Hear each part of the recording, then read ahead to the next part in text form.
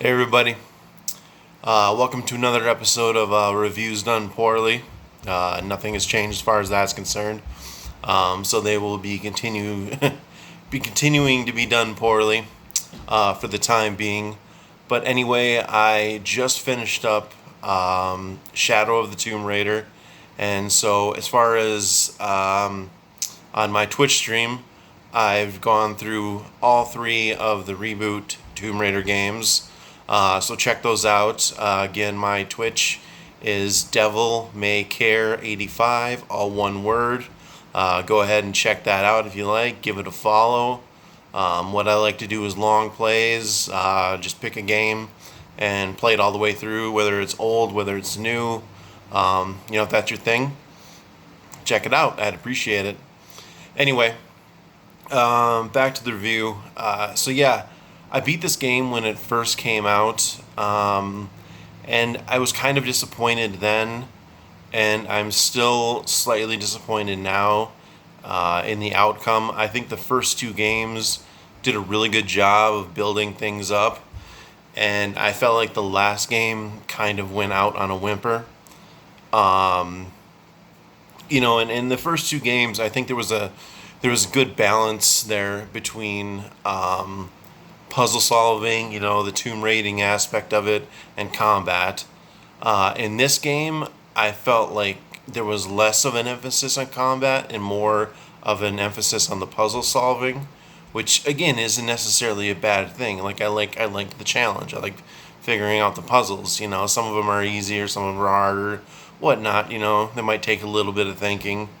But I did enjoy the combat in the other games, whereas it felt very few and far between in this one.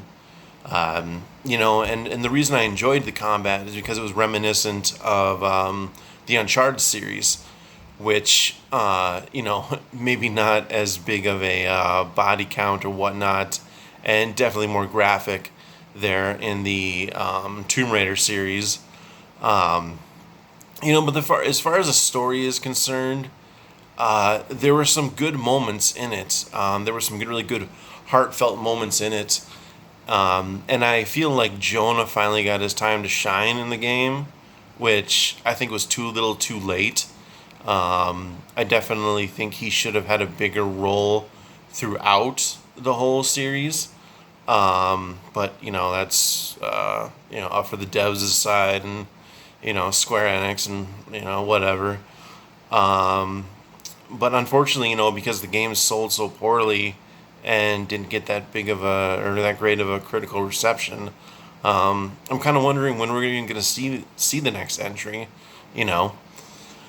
But yeah, it had the story had some good spots. Like I said, some heartfelt moments.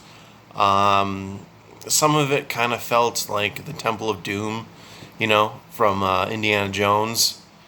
And then, like I said, at the very end, it just kind of petered out there, and it just wasn't very exciting.